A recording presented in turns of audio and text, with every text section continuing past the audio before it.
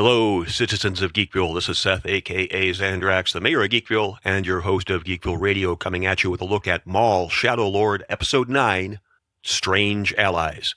And holy criff, what an episode. This penultimate episode is the first half of that double finale drop that hit right on Star Wars Day. And let me tell you, this one delivers. So grab your calf, or if you're like Two Boots, probably your third mug of the hour, and let's break it down. We'll do it the way we always do. Non-spoiler thoughts first, then a spoiler-filled deep dive, and then some predictions heading into that season finale. Let's jump in. Look, I know I've said it before, but this really is the best episode of the series so far. This show somehow keeps topping itself week after week, with the stakes getting higher. What this show understands better than a lot of other modern Star Wars projects is the art of escalation. Every episode feels heavier than the last. The stakes just don't increase because somebody says, the galaxy is at risk. Everything feels desperate. You feel the pressure closing in around these characters. People are making alliances they absolutely should not be making because there are no good options left. Not to mention lightsaber fights that are truly have to be seen to be believed. This episode also has some surprisingly emotional moments, especially involving trust and sacrifice. There's a constant tension where nobody fully believes in anyone else, but they still have to move together anyway. It's basically a galactic road trip where everybody secretly thinks the driver might murder them. And then there's the Easter egg, fan service, whatever you want to call it. A direct callback to one of the greatest gaming moments in Star Wars gaming. There's one sequence in particular that feels like the creators looked directly at fans of The Force Unleashed and said, hey, remember being 14 and feeling unstoppable? And there are some very bad things that happen to a few of the beloved characters, but we'll get to those in a moment. Now, I kid you not, this episode ended with the exact cliffhanger I was expecting heading into the finale. It's dramatic, terrifying, and somehow mythic without feeling cheap. It feels like the kind of image Star Wars fans would have made fake YouTube thumbnails about in 2008. Except now it's real. I wouldn't have been surprised if the entire season ended on this cliffhanger. But that would probably be asking for too much for an audience to wait for a whole year for the next step in the story. To sum it up, this episode had tension, action, and heart. Everything you need in a great Star Wars story. It's all here. If you're caught up, this one is an absolute must-watch. Now, spoilers ahoy, you have been warned. The episode opens up with a situation on Janix getting exponentially worse because apparently one Imperial Star Destroyer hovering over the city wasn't enough emotional damage for the inhabitants. Now there are two hanging over the planet, which does change the tone. At this point, Janix doesn't feel occupied anymore. It feels sentenced, and Maul knows it. So he reached out to none other than Dryden Vos. Yes, that Dryden Vos from Solo, who offers them transport off-world. But of course, there's a catch, because these are crime lords. Every conversation feels like it should end with somebody getting poisoned. Vos says he will help them escape if Maul kills the current leader of Crimson Dawn and installs him as leader instead.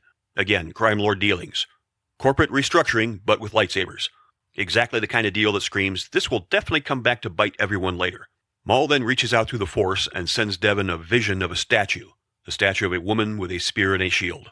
Lawson recognizes the location immediately, and everybody realizes that this is probably a trap. But the problem is, they're out of alternatives. That's the running theme of this episode. Every choice is bad, so pick the bad choice that kills you last. The group finally links up with Maul, who says he can get everyone off-world, i.e. through Vos. They just need to get out of the city. Lawson knows a route, but openly doesn't trust Maul. Even Two Boots chimes in, saying the guy looks extremely untrustworthy. I love that the protocol droid is out here giving side-eye, while probably cradling his fourth mug of calf like, Captain, I have a calculated 73% betrayal probability. Would anyone like a refill? So Lawson takes the group towards the power station where they can get through out of the city, except the Empire already has troops there. And this is where the episode detonates. Spybot jams the comms, Maul steps forward, and suddenly it's like we were playing The Force Unleashed again. I mean, the way Maul tears through stormtroopers is absolute brutality, and then the AT-ST gets sliced in half.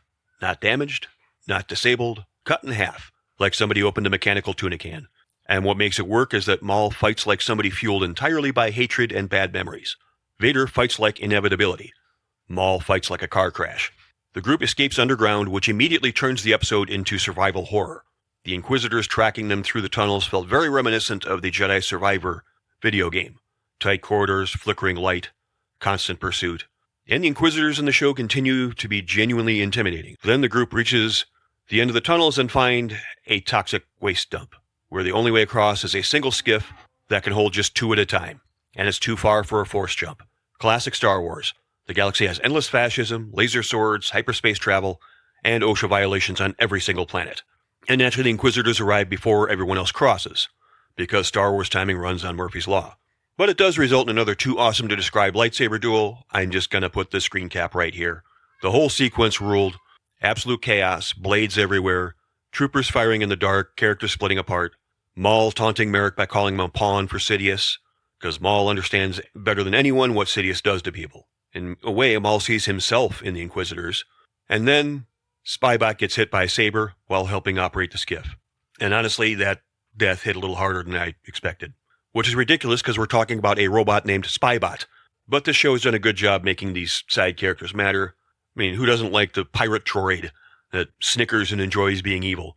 And for what it's worth, Spybot's death does get to Maul. And this is where he starts throwing sabers around like a homicidal boomerang machine. Eventually, Jedi Master Daki and Maul each make it across in a desperate Super Mario-style running leap, where you run, you hold B, and then hit A at just the right moment, and then hit A again. And for a brief second, you think, maybe they will actually escape. And then once they're clear, the Inquisitors drop the line, inform him that they are headed his way. And instantly your stomach drops. Because you know who they mean by him. You know it before the reveal. The episode practically turns cold. We cut to the foggy jungle. Rook and the remaining Mandalorians scout ahead. Rook comes back saying something is out there. And before she can finish the thought, she gets dragged back invisibly into the fog. You hear, presumably her neck being crushed. And then he walks out. Darth Vader, face to face with Darth Maul. 20 years. 20 freaking years Star Wars fans have talked about this matchup. Even going back to forum days. Message boards, fan art, YouTube debates filmed in 240p. Kids arguing at lunch tables over who wins. And now it's finally happening. The visual alone is insane. Vader emerging from the fog feels less like a character entrance and more like destiny arriving to collect a debt. And of course, the episode ends there. No dialogue, no duel, just pure tension. It's evil, and I respect it completely. This was right up there with Riker saying, Mr. Worf, fire. So okay, prediction time. Well, here we are, Maul versus Vader, the showdown we've all dreamed since The Phantom Menace, and I cannot wait to see how they handle this encounter. And fortunately, I won't have to wait too long, because as soon as I'm done recording this, I'm going to pop on Disney Plus and watch the finale. But I wanted to get my thoughts in here first. And really, it's probably not just going to be Maul versus Vader one-on-one. It's probably going to be Vader versus everybody. But second, poor Rook. So much for the theories about her being the armorer. I actually liked that one, but it's clearly off the table. Thirdly, and as much as it pains me to say it, I am predicting Two Boots might pull a heroic sacrifice play to save the group. That droid's been loyally brewing emotional support calf throughout the entire season, and it would be poetic if he goes out like a legend. Captain, one last mug for the road? Yeah, I'm not crying, you're crying. And I'm about 50-50 on Jedi Master Daki making it out of this season alive. A Jedi, two Inquisitors, Darth Maul and Darth Vader all in the same place. The odds are not great, even for a Jedi Master. That is basically the Star Wars equivalent of swimming through shark-infested water while wearing a free tuna necklace. So somebody is not making it out of this finale. And I do think the show knows exactly who it is, how tragic they want it to be. But overall, this absolutely nailed what a penultimate episode should do. It escalated the stakes, it deepened the emotion, it delivered fan service that actually mattered, and it ended on an image that feels instantly iconic. If the finale sticks to the landing, this could end up being one of the strongest Star Wars animated seasons we've gotten in a long time. But now I want to hear from you guys. Hit me up in the comments. Does Maul stand any chance against Vader? And, most importantly, how many cups of coffee has Two Boots consumed during this entire season? My estimate is somewhere between concerning and legally classified as reactor fuel.